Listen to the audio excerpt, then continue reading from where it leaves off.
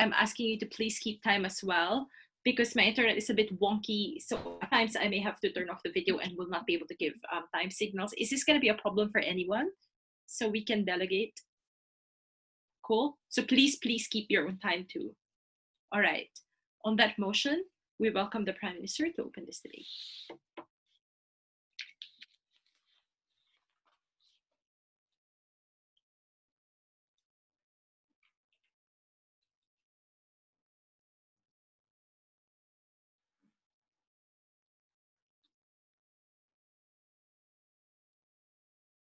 OG is muted, I think. Sorry, we can't hear you. Yeah. I deduced. I'll start in 3, 2, 1. Let's be clear in this debate.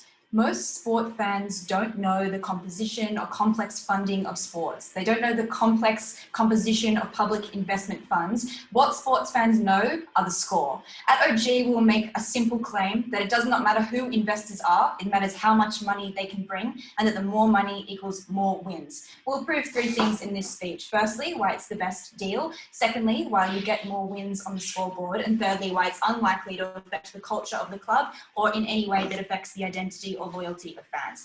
Firstly, though, briefly 3 things in setup. I think that this topic calls for some assumptions to be made. We'll make them now. The first thing is to say that I think we can assume that this club has been in a position of struggle or of some degree of mismanagement to the extent that it's seeking a sale or to the extent that it's seeking a takeover. The second thing I think we can assume is that the counterfactual in this debate is not that there is no takeover, but that there is a takeover from an alternative investor. So the question is not remaining the ownership as it is, but instead the margins of investment opportunities, which is difficult in the absence of information as to the other investors. All we know is that they are smaller. The third thing I think we can assume is, given the amount of money that is being willing to invest it in the club, that it is likely that this club is one that is in a big city, is a relatively prominent team, and has a relatively established set of fans. All we support is that the club will be purchased and taken over in the ordinary way. We won't attach conditions to it. Secondly, we would assume that there would be no caps on the league as to the ways that money is spent. That seems to be something that should be explicit within the topic to the extent it exists.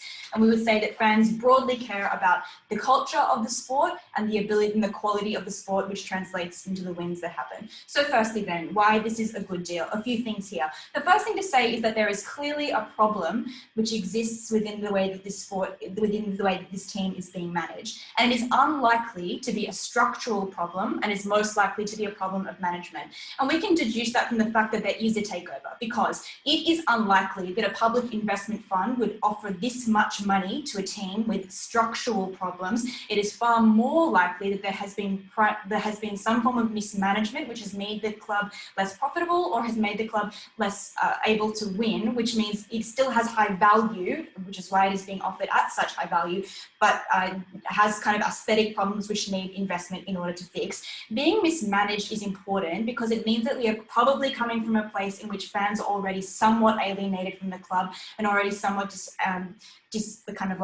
segregated to the extent that there has been mismanagement. That is the kind of thing which makes fans angry, which alienates fans from the club, and which makes fans less likely to associate with the identity and culture of the fund. Second thing I think we can say is that why it is a good deal is that to the extent there is a takeover that is now being offered, it is preferable to make the decision of takeover based upon the offers that we have in terms of actual sums rather than the composition of investors. That's for a few reasons. Firstly, I think we can say that given this is a group of individuals, it's difficult to cast aspersions to the degree of bargaining power within that group, particularly without knowing how this actually functions.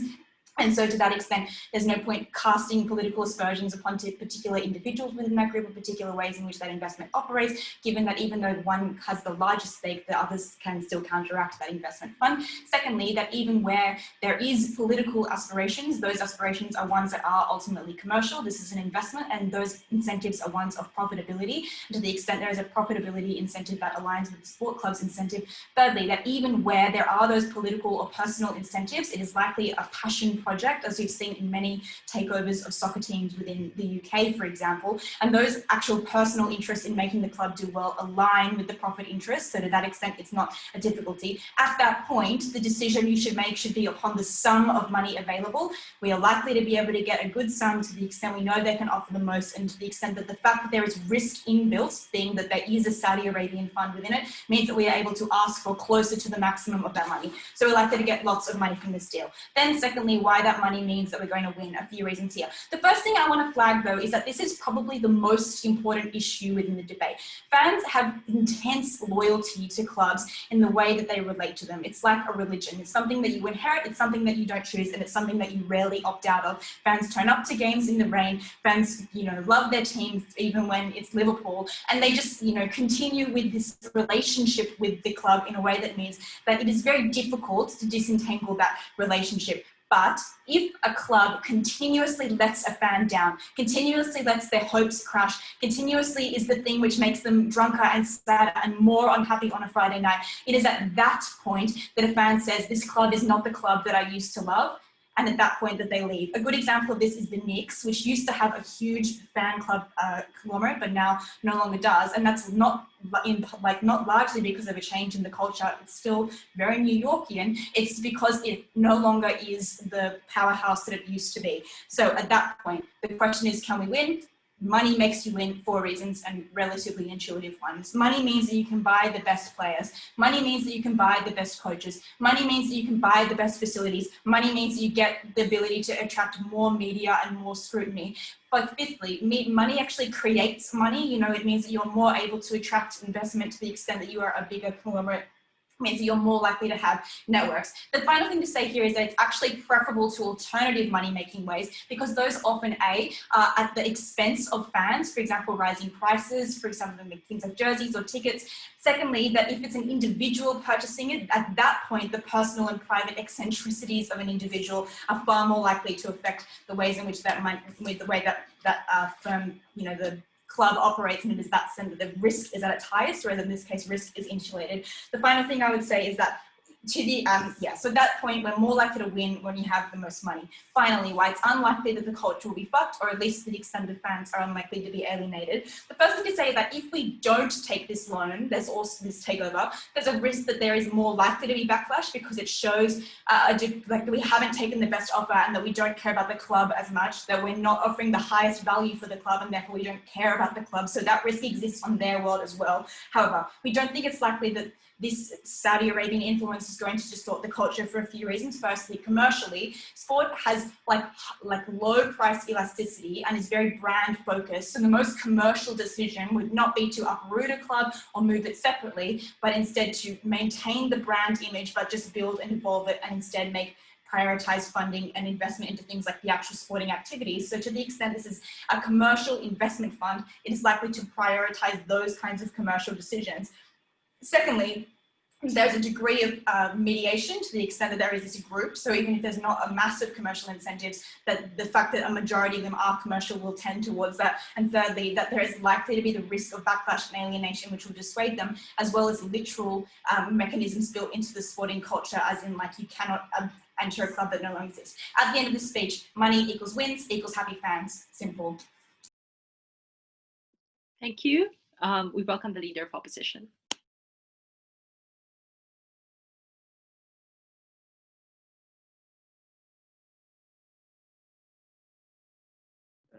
Hi, are you able to hear me? Thank you. Let me just get my timer. Sorry, and now Matt is screaming at me to mute myself on Discord, so I will do that.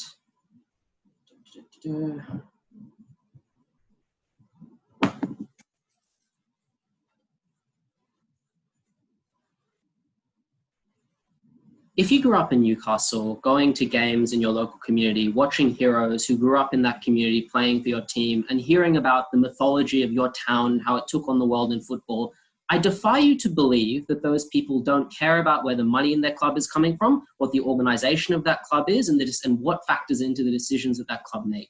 I think the problem with opening government is they make a large string of assumptions about how this debate functions in order to argue. And I want to point out first and foremost in this speech that most of those things are not true. So let's go through some of those assumptions for open government. The first thing they say is that we can presume this team is struggling financially. It's on the verge of failure. And that's one of the core pieces of logical reason why they gave we need to take any offer or this offer insofar as available. I think that not being able to compete at the top of your sport is not equivalent to being struggling financially on the verge of defeat. For example, Newcastle and Man City were both clubs that were in the Premier League. Previously, they were able to win or they competed at a high level, but at the point they were either taken over or got an offer to be taken over, they were no longer as successful. That is a club that was previously able to compete at the top, but is now no longer, but is still financially viable, still has a large sport base, still is able to provide for its community. So I don't think the debate functions realistically in the way they want. The second thing to say is that they presume there is a real deficit of people willing to throw money around in the world to buy a club. And they presume that insofar as there is a deficit or we're likely to have a bad slate of outcomes, then it's not necessary to consider how bad Saudi Arabia is an actor. I think that empirically this is not true, right? Chelsea, Manchester City, Newcastle, Valencia, any number, like the Chargers in the NFL, any number of sporting clubs have people who have been willing to put bids forward for those clubs in the last couple of years, first and foremost, for instance. But second of all, economically at the moment, there's a huge glut of people with money flying around. We talk all the time in the news about has too much money. People have no investments to throw their money towards. I do not think that Saudi Arabia is the only institution in the world that currently has money to throw at buying a sporting club. So it is incredibly important that we choose quite with some discretion as to where that money comes from. The second piece of rebuttal I want to give is that it is not true that more money is necessarily equivalent to more outcomes for the sport, right? Insofar as once you go above the first $200 million of the first person who is likely to buy you, that excess money does not go back into the community. It simply goes in buying Neymar as opposed to the next best footballer from Brazil. So insofar as we're talking about one takeover from someone with $200 million versus a takeover from someone with $400 million, there's no flow-on benefits to the community. It is literally just a function of how good your final players are.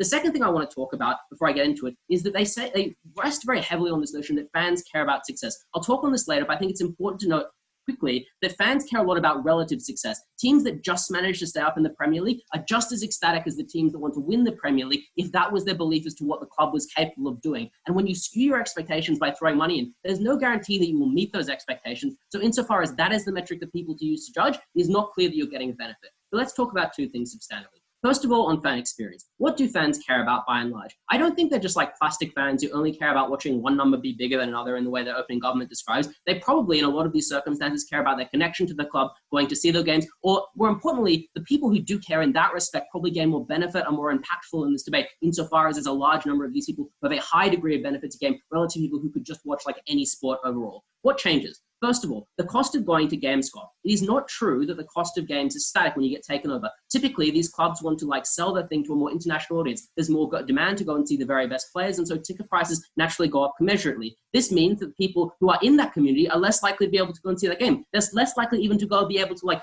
go and visit around the artifacts, the places where that club is based, because other people are competing them out. The second thing is that there's a loss of local players insofar as they will remove local players who have a connection to the community and representative and are people who they can look up to with admiration than with people who are internationally more successful, as opening government themselves conceded. This means that people in the community don't see the same connection, don't have the same storytelling, the mythos behind the people who are representing them. The third thing is that fans get a lack of input into decision-making. When rich people take over clubs, they don't want to be at the mercy of people who are telling them, I would like this club to focus on the community or focus on this particular aspect of the sporting club. They bought it because they want to win. And insofar as you remove that agency from people, it means that connection to the club is less strong, and they're more likely to not find particular interest, find particular connection to the club. The fourth thing to say is that your stadium might move. So for instance, they said there's no incentive to move your stadium because there's a committed fan base. Empirically not true. For instance, West Ham moved their stadium, the Chargers and many American teams have moved their base of city because when you're an international club, you appeal to a global market because that's where the bulk of money and support is. You don't care about the 100,000 people in Newcastle, for example. You care about the several million people across the world who you can appeal to in a big, flashy new stadium. The fifth thing I want to talk about insofar as we care about fan experience is principle. I think it is important in its own regard that the agent that we're talking about taking money from in this instance is a horrific actor, right, compared to any normal multinational organization that just runs sporting clubs. The money we are taking is blood money that is being, in some respects, the same money that is being used to wage a brutal war in Yemen and harm the lives of people there. I think there are three distinct harms to this. First of all, the people who follow the club would have a distinct degree of shame, right, because they are taking money that is stolen from people or blood money and using that to win at a pretty childish game in some respects, right? That is not the sort of thing that makes you feel pride in your club compared to winning against the odds. The second thing is that that other fans from other clubs are likely to not like you because you're the one making the game biased. You're taking a huge amount of influx of money. You're not doing the proper thing in developing sport. You're just taking money to win. And the third thing is, insofar as like Saudi Arabia is going to use this as a PR tool, it's a horrific thing to allow your local sporting community, that institution that you care about, to be used simply to prop up the appearance of a bad government internationally. The last thing that I want to talk about is it's the potential failure. Before that, I'll take closing government. Can you please clarify your stance in the sense of who you will be willing to sell a club to, or no one at all?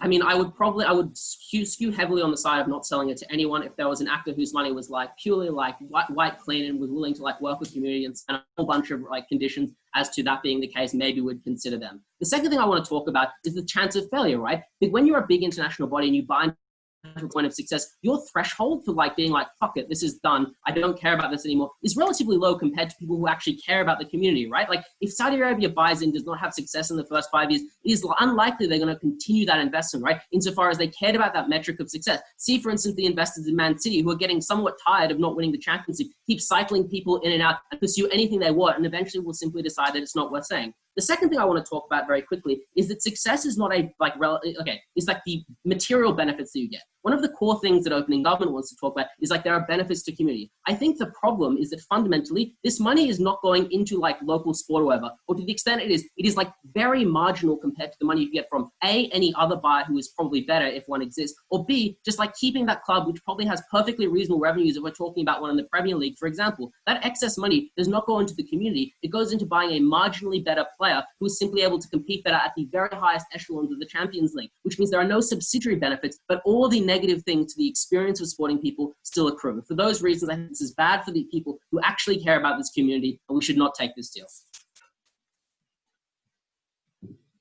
Thank you. We now welcome Deputy Prime Minister.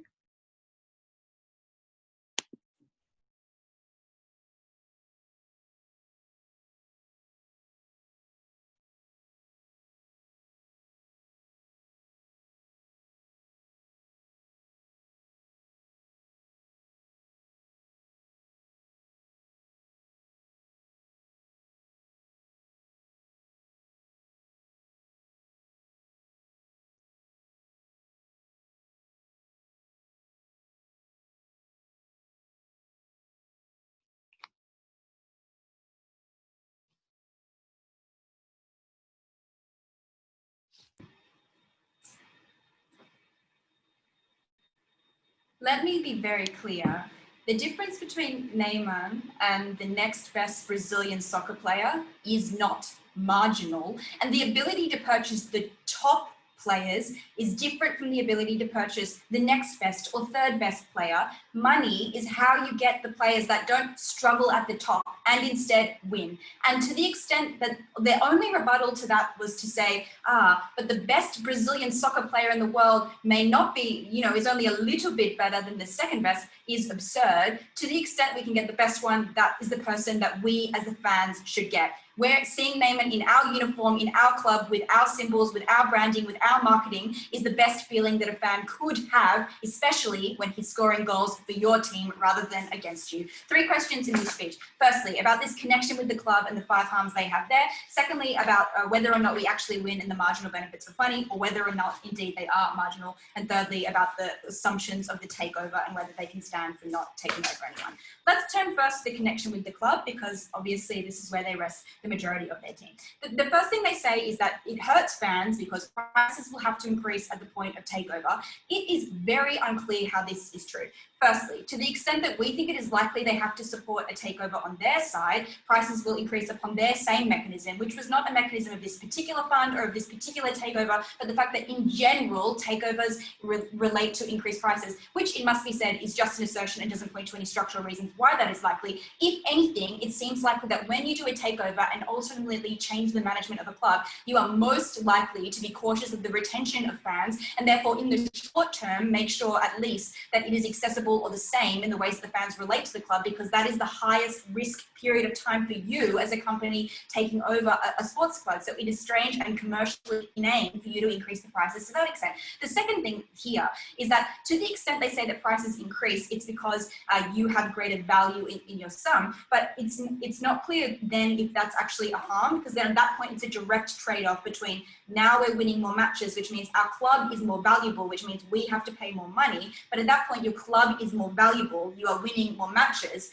And so you are probably willing to pay more money when you are actually winning those top matches as opposed to losing them. And those extra $10 are unlikely something that you'll particularly care about. Thirdly, prices increasing tends to be game by game, and the most loyal fans often have memberships, so it's not clear why membership prices would change. And fourthly, to the extent that we are an investment fund which has what appears to be significantly more money than any other investment funds, we can probably insulate ourselves from the risk of increasing prices of our funds by making them lower. Second thing they said is that we're less likely to have local players. The first thing to say here, and that this will make fans unhappy, the first thing to say here is it's not true that we're likely to overhaul the entirety of the fans. And to the extent that all players are commercial assets to the company, the players with the largest loyalty in fans are probably as commercially valuable as alternative players that are particularly good at soccer or whatever the sport is. And to that extent, we are likely to keep those high loyalty fans to the extent that we're worried about backlash because we're a rational commercial investment. So it's unlikely that you'd see the most important local players go away.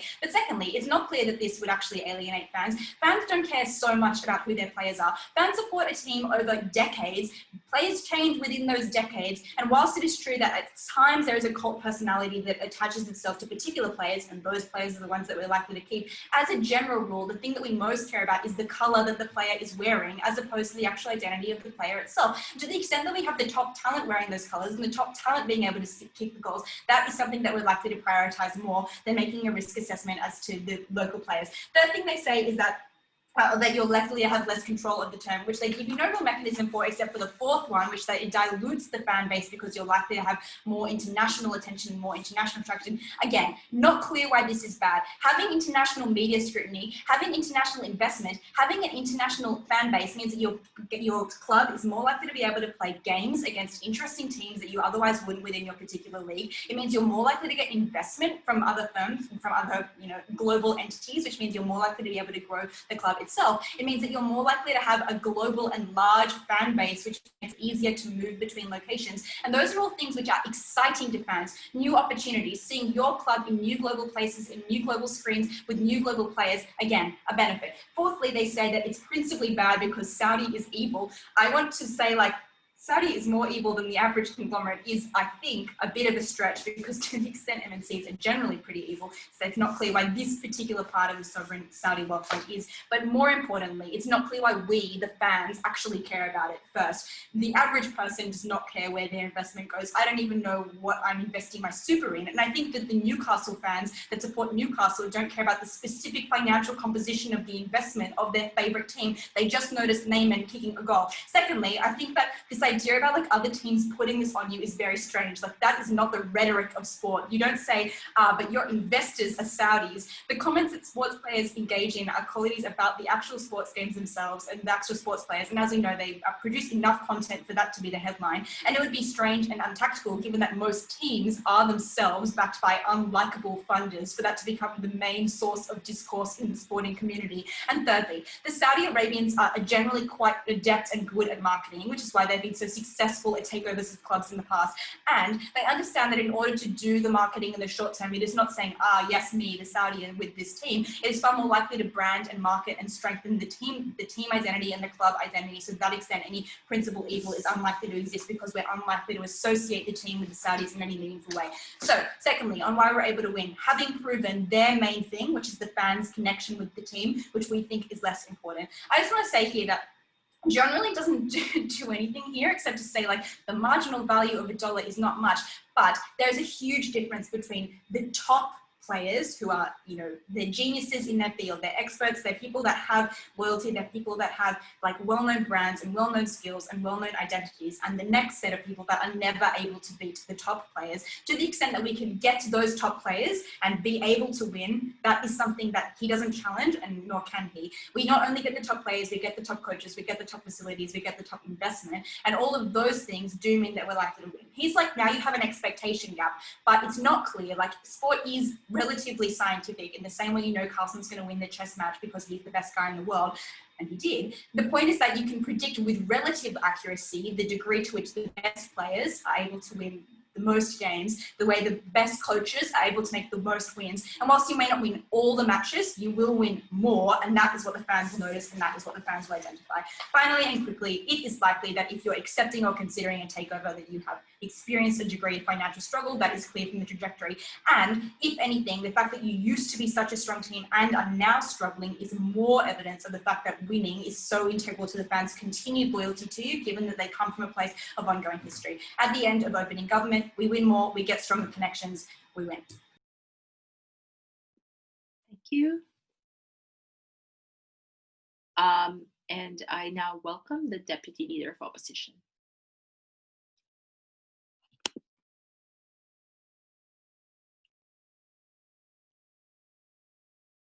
Hello, sorry, I'm just putting a stopwatch up. Okay.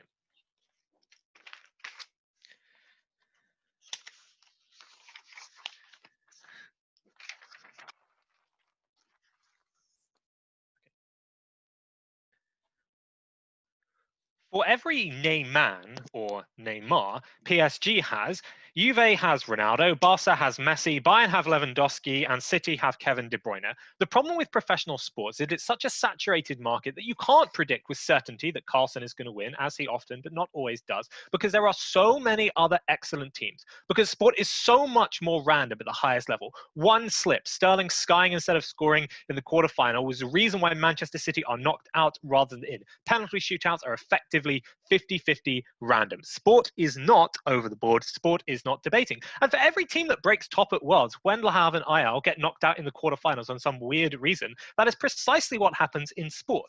Ultimately, sport is a game of fine margins, a game of randomness, and a game where winning is everything. Even if you can predict with certainty that your average table position will go from 12th to 5th, that is not good enough. That is not worth the trade-off. That is the case we bring in opening opposition. And a few things in this piece. Firstly, some clarifications and frames. Secondly, the fan experience. And thirdly, the trade-off. And I just really feel like I'm through the looking glass at this point. I apologize, I guess, every time I've given a women's rights speech or a minority experience speech and spewed a bunch of lies, because that's essentially what we're faced with from opening government, which is to say everything that John said was responded with either a structural analysis, which was just a factual assertion, which was untrue, or a counter assertion that Neymar can just win you every football game forever. So let's go through this in detail. Firstly, on the clarification on the frame. Now, OG relies on the frame that City, Chelsea, Paris Saint-Germain, all of which were struggling financially rather than struggling to win. And that was not the case. The point is that when I'm a football club that has a place in the Premier League, but not a very good one, I'm actually quite an attractive bet to any investor that has enough money to pump into the club. Generally, current investors don't want to sell their stake in the club unless they can get a huge return on it, which is precisely why the Saudi interest in Newcastle was relevant, because they were willing to throw so much money at existing investors. It is not the case that these clubs were struggling financially, and the choice is like this investment or collapse forever. Secondly, if it was on the alternatives, there are a huge number of alternatives. Indeed, a local consortium bid to take over when it seemed like the Saudis were going to win before their bid was rejected by the Premier League. Secondly, we could just accept bids from countries that are not complicit in genocide, which incidentally fans do care about. And thirdly, we could just do other things like fan ownership. Like every single team in the Bundesliga, with the possible exception of Leipzig, is owned by a consortium of fan ownership. There are clearly alternatives that we don't have to go down. Their premise for this debate does not make sense. Secondly, on harms to the fans. What were these harms? Firstly, direct harms. The stadium is moved. They say it doesn't happen. Empirically, it does. Main Road is now the Etihad. It's been moved. Tottenham Stadium was moved. West Ham Stadium was moved. Even if it's like moved locally within the community, the point is that often these communities are quite small and quite geographic. The fact that you move your stadium like 40 miles across London is huge, given how many football clubs there are in London. The amount of fans it prices out. Doing things like renovating your stadium, then jacking up prices because it is a tourist hotspot.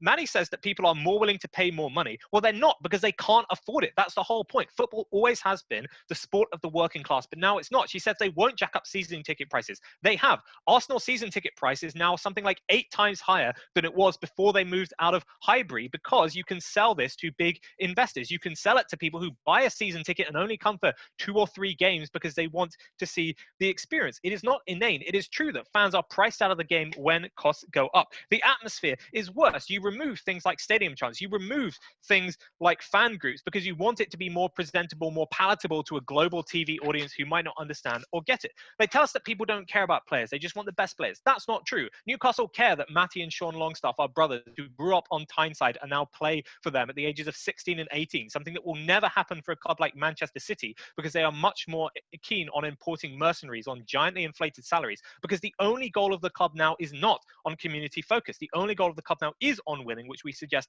they are unlikely to do. The idea that the commercial value of these players is also not equivalent, because the commercial value of an overseas star is massive. Mo Salah commands hundreds of millions of African fans in a way that Matty Longstaff will not. But the value is not in commercial dollars, it's in what it means to the fans. I don't think the consideration of a global fan base, a new external fan base, actually matters in this debate, because we're arguing from the perspective of the existing fan base, which is overwhelmingly local and overwhelmingly prioritizes these things. Next, on the club identity, it's just not true to say that they don't know and don't care about these things. You don't want to be called on the internet every time you go to the pub, oh, you're a fan of the oil club, you're a fan of the genocide club. That's not something you can be meaningfully proud of in the way that you can be proud of the underdog story, the Alan Shearer story of old. Fans left Newcastle en masse. Manchester United split in half, and there is an alternative club called FC United of Manchester, precisely because fans do know and do care. This is their livelihood. This is effectively their religion. When this information comes out, you can bet that they do care. It's not just like, oh, well, as long as we win, we don't mind.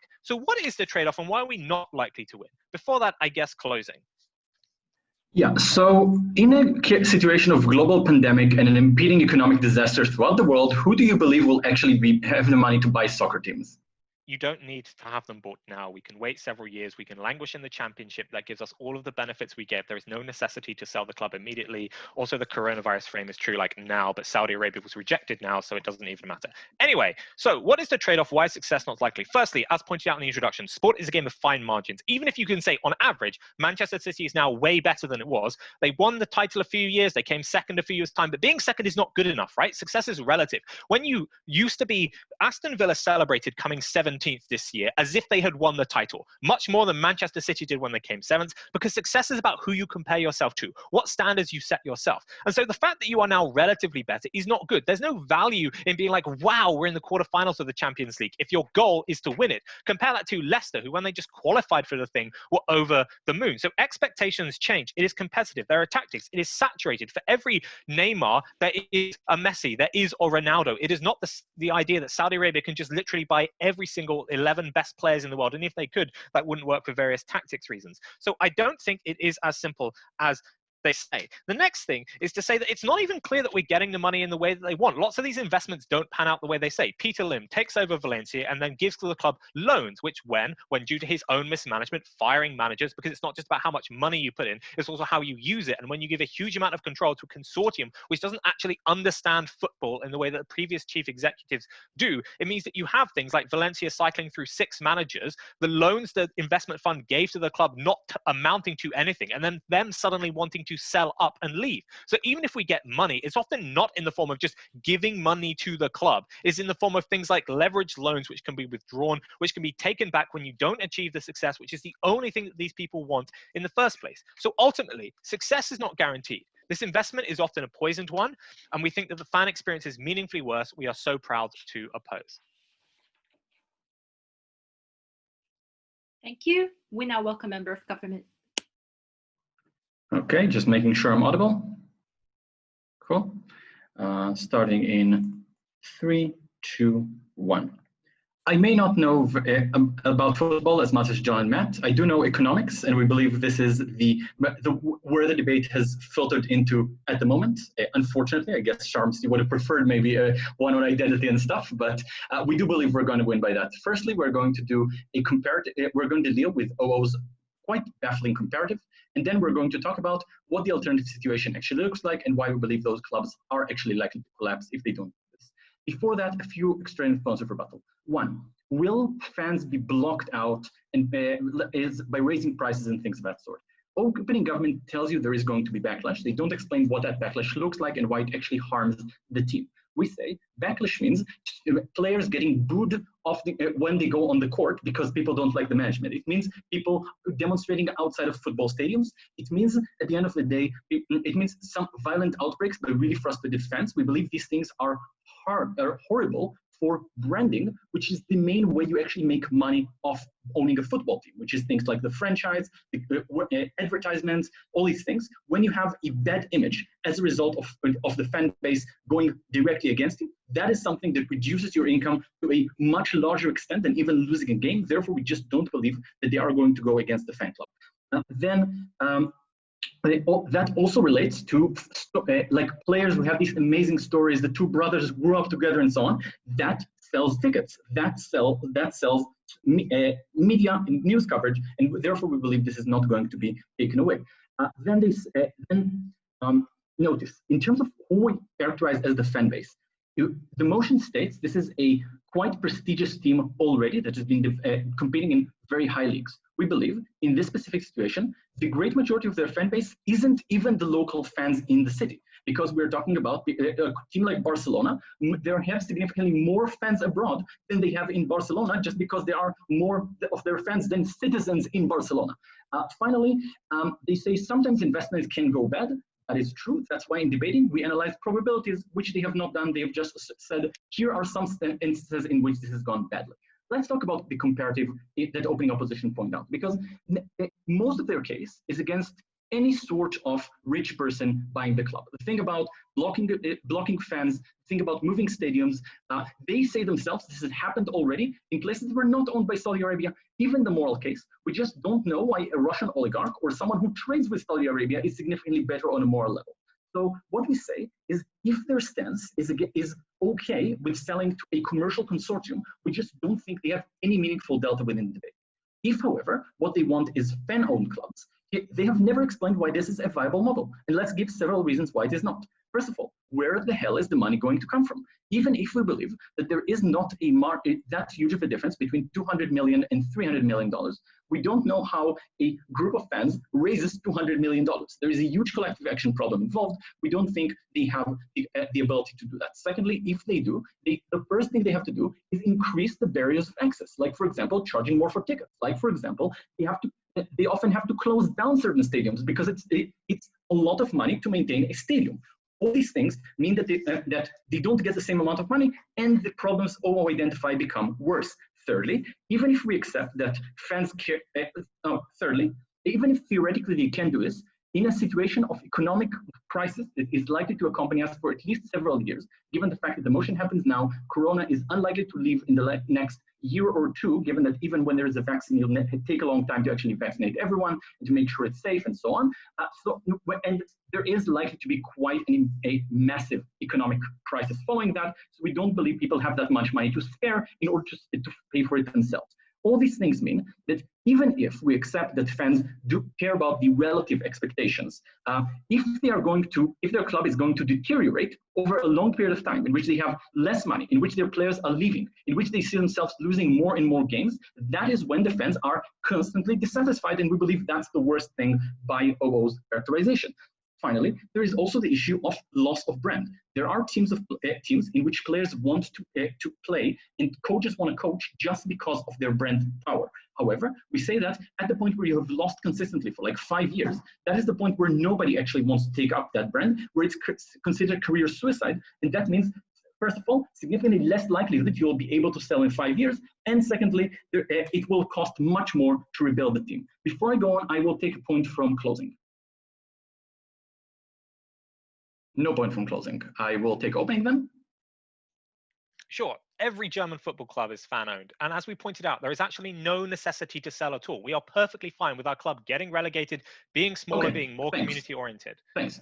Okay, so the fact that Germany has been able to do this with massive state funding does not mean that the average person will be able to do this. That the average country will be able to do this.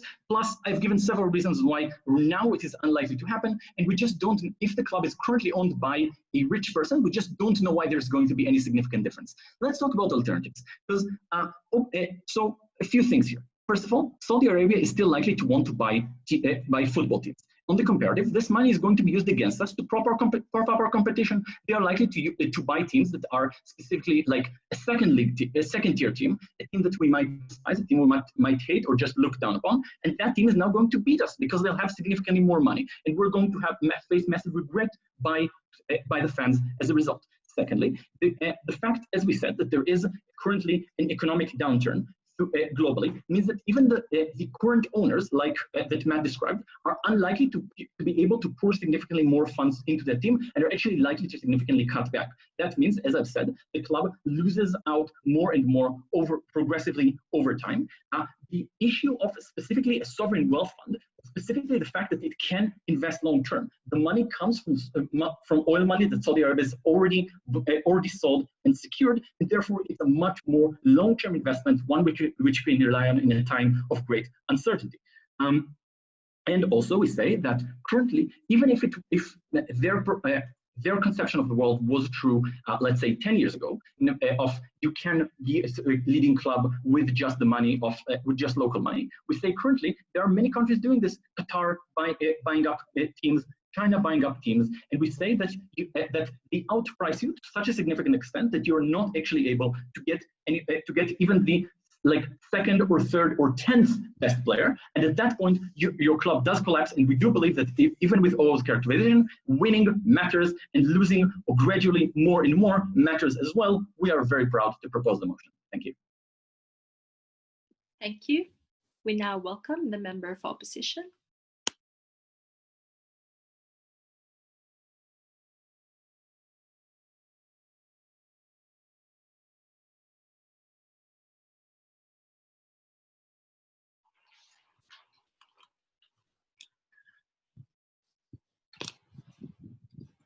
Can you guys hear me?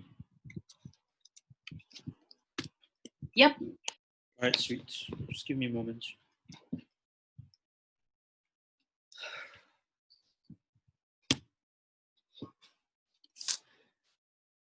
Starting in 3, 2, 1. So a couple of clarifications are necessary. I think some teams, more than others, operate under false premises or without an actual understanding of how the league works, particularly both government teams, less so opening opposition. So one, Saudi Arabia's public investment fund is aiming to buy Newcastle United. That's a team in the top tier of the English Premier League, historically mid-table, not at all at risk of relegation, really. And not only is this example driven, I think there's systemic analysis for why the sort of teams that are likely to be bought by the Saudi Arabian Public Investment Fund or similar bodies tend to be teams A at the top of the league table, because that's where the bulk of the television revenues are. They tend to be mid-table because you don't want to run the risk of relegation, but you also know it's too expensive to buy Manchester United, so you settle for mid-table teams. In other words, the marginal utility of getting a rich owner on your side is limited because you're already fairly secure in the top tier of English football or German football or whichever other major Western league that probably has enough money anyway for you to be able to survive on television revenues, sponsorships, and the like. The delta that you're talking about simply doesn't exist. Secondly, I think this is something that was ignored throughout the first 3 teams.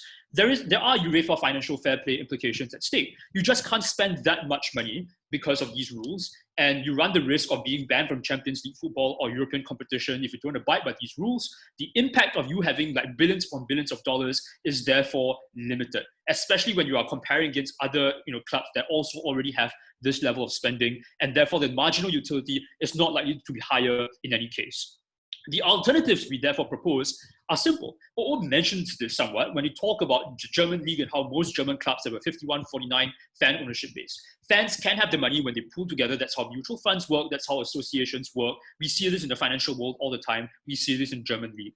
And there are incentives for even minority stakeholders like companies holding the 49% to gain revenue, to invest in these clubs because they get revenues from sales of merchandise, sponsorships, so on and so forth. Or we have local conglomerates, right? So most English clubs are actually run by local billionaires or local multi-millionaires who are comparatively a lot more accountable or have more passion because they grew up in that area, they grew up with the club, and their businesses are heavily reliant on local customers who also happen to be fans of the local clubs. So in terms of the marginal utility of whatever economic value OG and CG are trying to propose, we get that as well, or at the very least we mitigate it significantly, but we trade that off for more accountability on our side.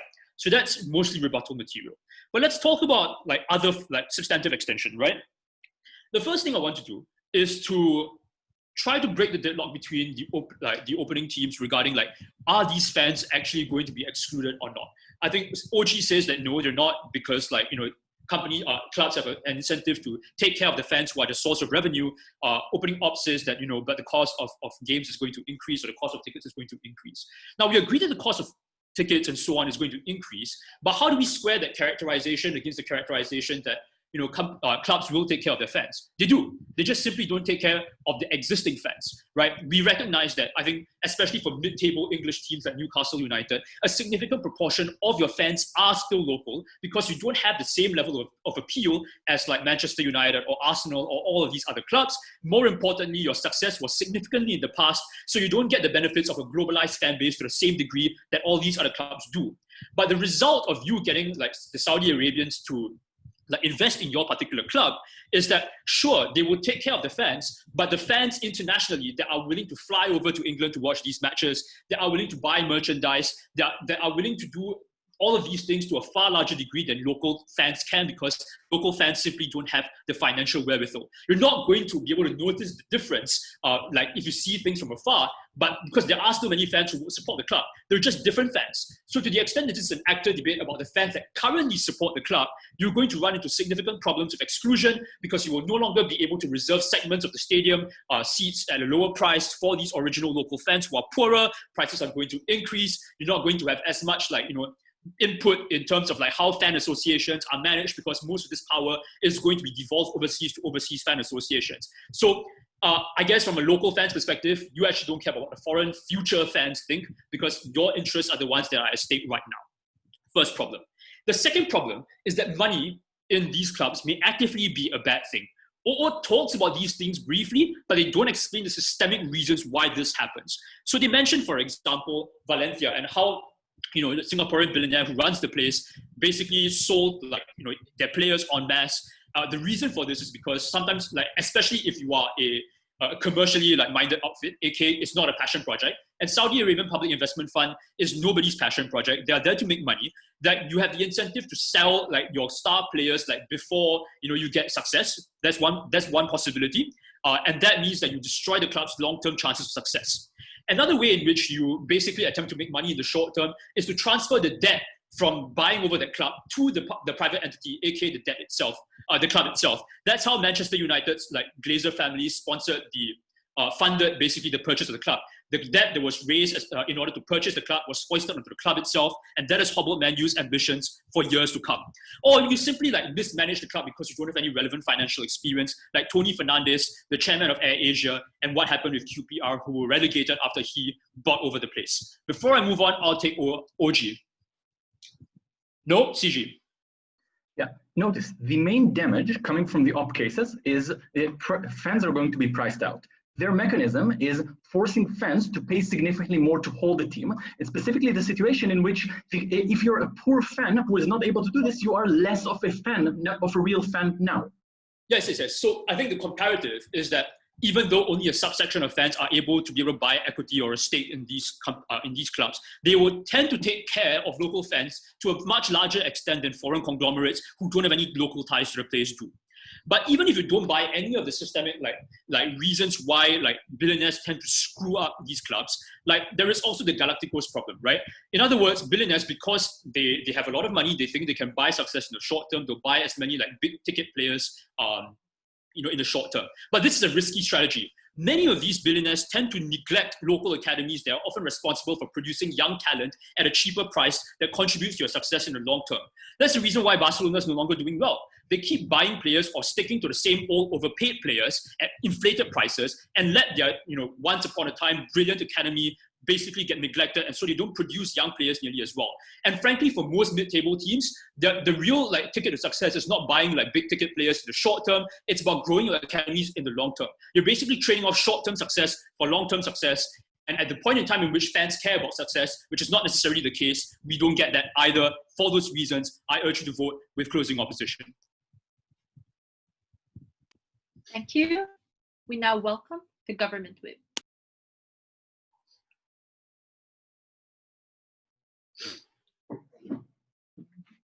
I didn't talk about financial fair play, but I mentioned it. But yeah. Adil.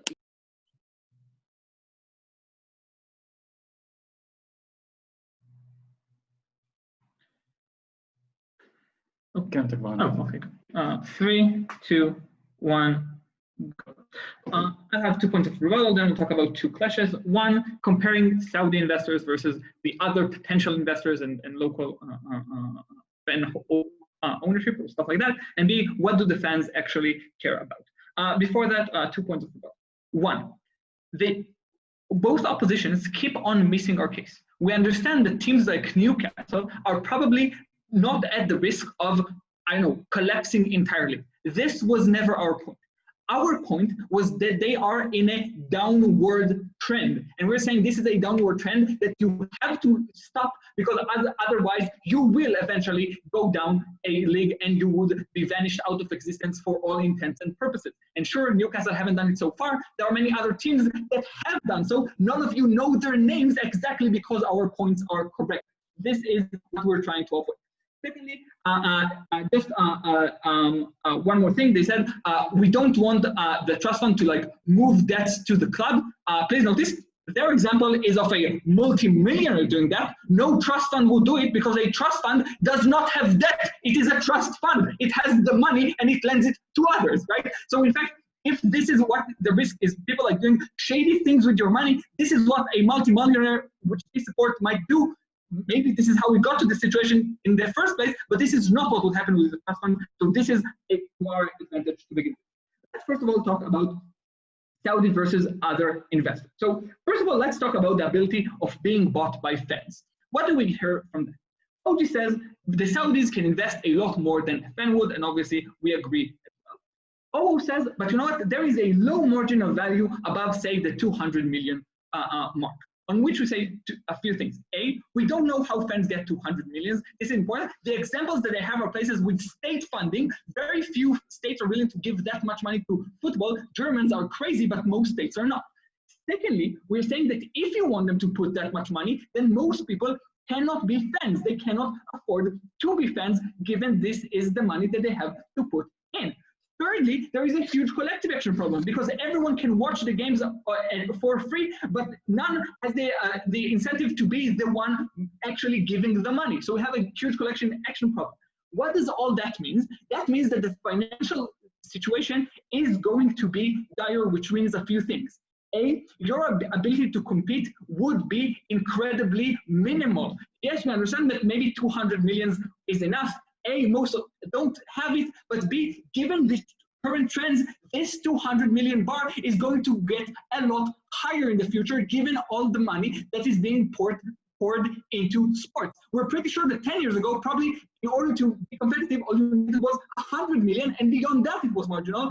That keeps on going up because people are giving so much money in that not only Neymar costs a lot more, second Neymar goes a lot more, third Neymar costs a lot more, and so on, which means that you, in fact, cannot be competitive unless you're spending that much money. But also that means that everything that they fear would happen still would happen if it would be fans. Fans would move the stadium to a cheaper place because they just can't afford such a place. They would make the merchandise more expensive because this is the only way to keep the team running afloat. So all of those happen on their side, pretty terrible on that. Let's talk about a different millionaire buying up. So a few things to say that. A, there aren't that many millionaires lying around. Sure, there are probably a lot of millionaires in UK. Probably those who are interested with buying a team already bought a team. How many millionaires looking for a team you have are lying out there? B, those people are not such a nice people as they make it out to be. Abramovich made all his money practically robbing off the people of the entire USSR. We are not sure how is that a much graver damage than whatever happened with Saudi Arabia. So again, we're not really sure on that count they're even that much better. What is unique about that fund is what we told you, that in a time where everyone else who is not a state actor is reducing how much they put into sports, we're going to lose out to every other team that does have a state back. Be it Qatar, be it Saudi Arabia, buying off our competitors and making sure that they're better than us, and so on. So in order to make sure that you can go back to your glory days or even maintain your current position that is always declining, you have to go with this team, with this investor, and this specific investor, and not any other. Let's talk about what the fans want. Before I move on, POI from From second, do you have something? No, opening.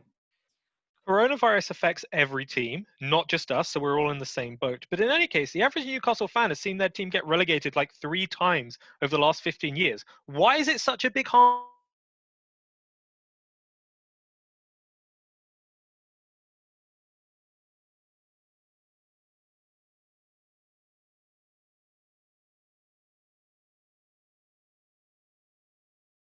A piece of metal. No, it is a marking of all the achievement and all of the hopes and aspirations that you put into this team. Clearly, they care about winning. But then I'll give the more nuanced version, which says it's not just about winning, because it's about what is your expectation. If you expected to win, then in fact not winning is very terrible, and maybe you could settle for, say, 7th place. But here's the analysis that we bring in. We say, what is the expectation that you have as a team?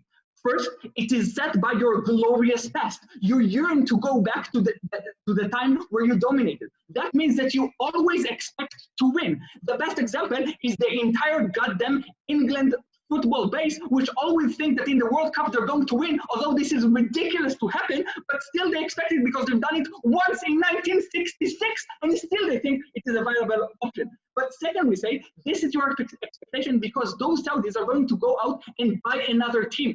You're going to play against that team, and when that team wins, you're going to say, oh, we could have been that team. This is what sets your expectation. And we're saying, for that, we would win as well. 2 more things on that clash. Said you would alienate, you would do a lot of things to alienate the fan base. Ayal has already explained to you why that is unlikely. That internationally people like local stories. That players hate being put on and having an ungrateful audience.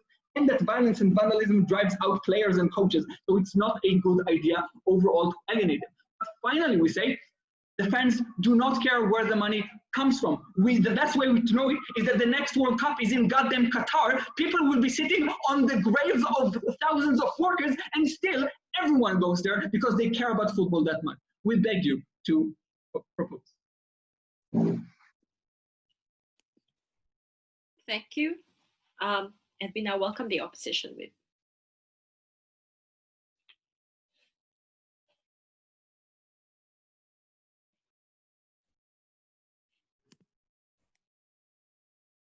Hi, am I audible? Yeah.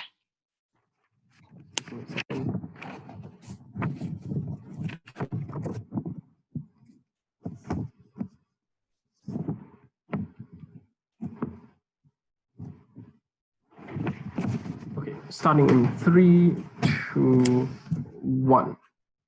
I want to talk about 2 specific things in this debate. First, I want to talk about what fans really care about, and secondly, I want to talk about the structural impacts that this policy creates and why it's a bad idea. But before both those things, I think just some extraneous rebuttal to the speaker before me. The claim coming up from, I think, Whip is that, like, is one of, like, the first thing that it says, oh, if someone doesn't buy, then the club will start falling down, and, you know, that's a scenario of status quo that we're living in. A couple of responses is, first, they don't challenge, like, Adil's characterization that the clubs we're talking about are mid-table clubs, which means that even if Newcastle, for example, rejects this takeover, next season they're still going to be in the top tier, and they're not going to get relegated unless they do something drastically poorly with regards to how they play on the pitch. But secondly, even if we assume that the assumption of CG is true, right, that you need that money, is again not that easy to immediately transfer money into wins, because you still need sustained billion-dollar investments for a couple of years, and that investment, like when the investment is premised on short-term success, i.e. buying the most popular players as opposed to a long-term strategy, we're not entirely sure on a probabilistic metric as to whether this necessarily makes the club actually better, because no one on GovBench actually gives the probabilistic analysis of how that money can be structurally transformed into you doing better as a football club. Second thing that they talk about, right? They try to respond to our counterfactual by saying that, the only reason why the German league is so successful is because you have state funding, and they keep harping about this idea about money. 2 responses to this. One, insofar as all sides in this debate acknowledge that there will always be a demand for buying football clubs, insofar as that premise is true, the 49% of private investors on our side of the house can still make up a few $100 million and still purchase and still have the ability to buy players, for example. I don't think this is an issue. And the rest of the individuals who are locals can own the club insofar as, like, the 51% can be divided into multi-million shares that people can necessarily buy. So I don't think this is a problem. The thing that we acknowledge as you have less money as a football club, sure, but we'll tell you why we are preferable as to the alternative of having a billion-dollar owner who doesn't really care about your club. Third thing is the comparative on outside of the house in terms of season tickets, right? Because they say that, even if it's 51%, fans can't buy into this 51%. Comparative on outside of the house is that you can buy a season ticket for, say, $200 and spend maybe $50 of your own money owning a small portion of that club. I think that's good insofar as you have some like connection to the club, and therefore you feel that this is something therefore you feel a connection to the club. And also, on the other side of the house, what is likely to happen is that you have to pay thousands of dollars for a season ticket because prices drastically go up. And at the same time, you don't even get to own any part of the club because it's now completely private owned, for example. Therefore, I think CG's end goal, this is the third response, is the assumption that you will win once you have the investment. But the three reasons why that doesn't happen. A, we explained that football is a game of fine margins, and winning is not as possible because only one team gets to win or take the portions every year. Secondly, Adil's argument on financial fair play regulations, which they didn't respond to, mean that crazy spending is not a good tactic that will work in the future because it doesn't solve actual structural problems. Hence, the Man City model does not work anymore moving in towards the future because the ability of clubs to just buy willy-nilly and transform that into wins is drastically curtailed under structural regulations. Our comparative is that club has less money to buy superstar players and has less money as a whole, but A, as a mid-table club, what fans want to see is a good performance without the risk of relegation, and B, you get owners who are partially fans who actually care about the club. On that note, I'd like to segue into what fans really care about, right? I think what we hear from the other three teams, the spectrum of things that fans care about. OG says that their case is based on the assumption that fans only care about winning. OO says this is about relative success. CG kind of takes OG's line as well. We on CO tell you that fans care about a basket of things, including success, relative success, and the degree of connection that they have. They also manage expectations based on past historical trends. I.e., if you support a club that for the past 20 years has been finishing 10th, for example, you don't expect the club to magically go and become champions because your expectations are moderated based on past performances. But two, fans also want enough to are also smart enough to not only value success if it happens on terms that they agree with. What are these terms? Think two things in our extension that we pointed out to you. A, as long as the terms the clubs don't belong to owners who view the club as a corporate entity over a community institution. We prefer a status quo in certain places where fans can make certain decisions of the club with regards to things like ticketing prices and with regards to where fans can sit in terms of stadiums, because this allows them to actually engage with the sport as a whole. Secondly, fans also want to see ownership by locals or owners or fans, for example, because it enables you to manage realistic expectations for the club when it comes to long-term success in terms of whether you should use your youth academy, for example, or how you should position yourself in order to win. I think in terms of having billionaire owners leads to the focus on short-term success where you buy the best players for profile purposes over investing, and B, gives you a short window of success. This means that the harm that Adil talks about is likely to manifest, right? The moment a club doesn't seem to be winning within 5 to 7 years, the billionaire owners pull out, and what happens is you leave a club with a hole in terms of structural depth, in terms of no ability to have future success until it's bought over by the next billionaire club who uses it as his next play toy thing, for example. Therefore, I think people leave the club in debt, which is something that we do not want to avoid. The three teams also say that it's okay to not care about winning. But why do we think we beat OG and CG as well? A, we proved to you that only winning is not the only thing that fans care about because there are considerations attached to that winning. Either success is conditional. Secondly, what OO misses in terms of arguments is the premise that fans don't see everything about the club, but they care about the intention of the club or the intention of the owners. If the intention of the owners is a corporate one to profit, or if it's or whether the intention of the owners is to build an actual football club for actual winning purposes or for good purposes. Sorry. The second thing that I want to talk about. Before I move on, I'll take a POI from opening. No? Okay, sure. Second thing, structural harms, right? I think fans only begin to care about owners for two reasons. A, when the intention of the owners are intention of the fans, and the financial stuff starts to affect you directly as a fan. How will this impact fans, and why does CEO take this debate, right? One, if 11 out of 20 EPL clubs, for example, are owned by sports washing entities like Qatar and Saudi, two things happen that we told you, right? A, controlling decisions about the league is held in the hands of the owners, which means things like fair play regulations or how many homegrown players are things that they can directly dictate. B, the owners are likely to make these decisions, therefore, in favor of profit over the actual fans of the company. So this is what leads to things like higher prices for sponsors, lowering financial fair play regulations so that there's no cap on expenditure, for example, or using the profits that you gain towards sports washing projects rather than going towards a club and going towards the fans. Who are the people that loses out? And why is this the most important thing in the debate? One, actual fans of the clubs are the one who loses out because A, there's less ability to attend games. B, the backlash that government talks about has no impact because the owners only need the money of rich investors or people that affect the bottom line of the club. The backlash of fans in government bench doesn't work because fans don't have any voting rights, for example, or any controlling effect on the future of the club. So they can afford to just ignore what the fans say and continue running like Man City as a corporate entity where like the only people attending those games are corporate investors. This extension is the most important because A, we explain the specific impact that it has on fans, and B, why the comparative model is better off, even if you don't always win, because I think fans care about a basket of goods beyond just winning. For all these reasons, very, very proud to oppose. Okay, thank you very much, everyone. We will have a chat and get back to you when we have a decision.